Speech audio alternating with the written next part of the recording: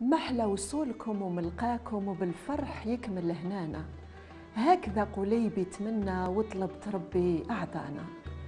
أعزائي المشاهدين، عزيزاتي المشاهدات، أينما كنتم وحيثما وجدتم داخل وخارج الوطن الحبيب، أهلا وسهلا بكم ومرحبا. كما جرت العادة نرحب مع بعض بضيفكم، وضيفنا ضيف حصة الوجه الآخر اليوم، المكتبي الناشر المستشار بالمؤسسة الوطنية للإشهار والنشر أناب، سيد علي صخري.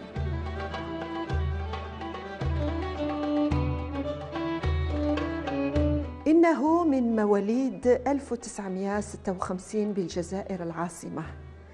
اقترن اسمه بالكتاب لسبب وجيه، حياته كلها مسار محفوف بالكتب والكتاب، بالأدب والأدباء، الكتب التي تنشر، الكتب التي تقرأ، والكتب التي يتم الحديث عنها في الصالونات والمقاهي الأدبية. درس علم النفس بجامعة الجزائر حتى 1980 ليشتغل بعدها كمدير لوحدة النشر لدى المؤسسة الوطنية للكتاب إنال، وما زال المزيد. بعدها تكلف بتسيير العديد من المكتبات ونشط العديد من المقاهي الأدبية، كما خاض مغامرة الاستثمار الشخصي كمالك لمكتبة بالعاصمة وكناشر. أصبح منذ 2014 مستشاراً بالمؤسسة الوطنية للاتصال والنشر والإشهار أناب، مكلفاً بالتنشيط المكتبي وبالتكوين في مجال النشر.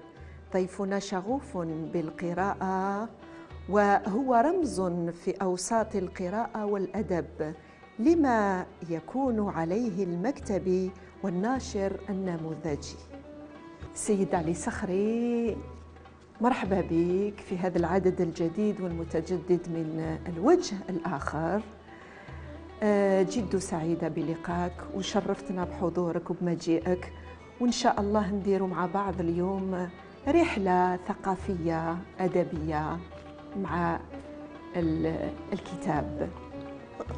سمحي لي، je suis très flatté d'être dans votre émission, surtout dans un cadre des mille et une nuits. Et comme moi je suis quelqu'un de très sensible à la texture تاع الصوت تاع الانسان، وتفكرني في امي الله يرحمها، qui avait انا كنت نفكر الام تاعي ça passe par la voix تاعها. Et vous avez une voix, je me sens obligé de le dire, qui est rassurante. Vous avez une voix qui étouffe un sanglot, يجي من الصغر. Et ça c'est très important, ça crée, ça me permet de faire de me confier, je me sens protégé. Et merci pour cette invitation. ربي يحفظك. ولا voix c'est un repère. Absolument. Tout à fait, qui est rassurant. قلت هذا الديكور الجميل، رانا في فندق الجزائر سان جورج، أنسيان سان جورج. عندك ذكرى في هذا المتحف الجميل؟ Je suis venu واحد une dizaine de fois, toujours باش يعني نعرف بلي هذا cet hôtel qui a été visité par les plus grands, à la fois à la politique, à les arts ou bien de la littérature. D'ailleurs, les portraits تاعهم sont affichés et ça donne à ce coin un caractère historique. Et puis ces beaux jardins, c'est l'Alhambra pratiquement. Donc ce lieu, c'est pour ça que je me sens flatté. Vous m'avez placé dans un écrin où je me sens important. Je me sens important. Vous êtes important, c'est d'Ali Sakhri. Non, je ne suis pas important. Si. Le plus important, c'est les livres et les lecteurs. Parce que c'est ça le plus important. تعودنا سي علي صخري نبداو هذه الرحلة الأدبية بمقولة تقرب للشخصية، يعني للضيف، وتفيد يعني فيها قيمة من القيم الإنسانية حتى للمشاهد راهو ينتظر فيها يعني بفرح. المقولة تاع اليوم لجاك سالومي تقول: Un livre a toujours deux auteurs, celui qui l'écrit et celui qui le lit. للكتاب دائما كاتبين، ذاك الذي يكتبه وذاك الذي يقرأه. ما تعليقك؟ Déjà, Jacques Salomé est un psychologue connu qui a écrit عدة كتب في علم النفس et il commence par parler du livre, ça c'est extraordinaire. Le livre déjà c'est une forme de thérapie, la lecture est une forme de thérapie. وكيقول يعني كل كتاب عنده كاتبين يعني اللي يقراه واللي Parce يكتبه. que écrire un livre qui ne trouve pas son lecteur, ce livre n'a aucun sens. Et il y a un auteur qui disait, à chaque fois que je rencontre un lecteur que je ne connais pas, qui n'est ni de ma famille ni de mes amis, il y a un bouleversement en moi, parce qu'il va le transformer. Cette lecture transforme le texte lui-même. Et c'est très juste. Le lecteur, finalement, c'est le plus important dans cette histoire. Celui qui... Ah oui, c'est le plus important. C'est le plus important. Rencontrer son lecteur, et moi personnellement, j'ai une théorie où tout ce que je n'arrive pas à écrire, par la lecture, je retransforme ce livre. Parce que j'ai fait des expériences, par exemple, le même livre, on n'a pas la même lecture avec deux lecteurs. Tout à fait. Et même souvent, Khtara Boujidra m'avait dit ça, on avait une discussion à Naouya, Khalid, tu as trouvé du sens, parce qu'on a discuté, à des choses auxquelles je ne donnais pas la même signification. C'est pour ça que je lui ai dit, la lecture peut être créative.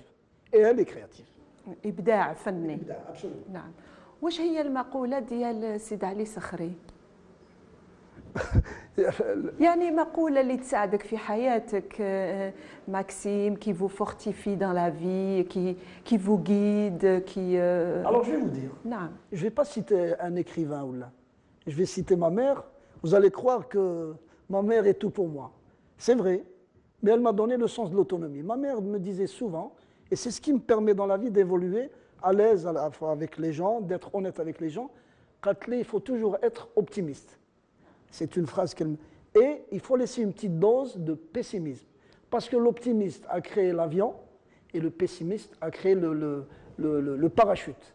Donc c'est pour ça que quand il y a un mauvais coup... Pour ne pas être déçu. Pour ne pas être déçu. Quand il y a un mauvais coup, je suis déjà préparé. الله بارك الله فيك. سيد علي صخري كيفاش جا العالم الكتاب ولا العائلة والوسط العائلي كان مشجع للثقافة يعني؟ Eh bien, justement, أنا العائلة تاعي كان فيها 14 enfants. الله يبارك. Ma mère, في la fratrie. oui, elle est faite à 88 ans alors qu'elle a eu 14 gosses. Et quand je dis à des étrangers, je suis issu d'une famille تاع يعني 14 إخوة منهم شحال ذكور وشحال 6 filles نعم et 8 garçons. 6 J'ai بنات toujours خواتات. assisté ma mère نعم. enceinte ou là dans sa cuisine. qu'elle s'est reposée par la suite et c'était une femme lettrée. قرأت في القصبة. Elle a eu son certificat à l'époque, c'était un doctorat. Ah oui, tout à Où elle fait. portait le haïk. الله. C'est pour ça que ma mère, j'étais fier d'elle parce qu'à la fois attachée aux traditions, mais en même temps cette ouverture grâce aux études. Et le fait d'être dans une famille de 14, ce n'est pas un handicap, c'est un privilège. Parce que des amis me disent, tu ne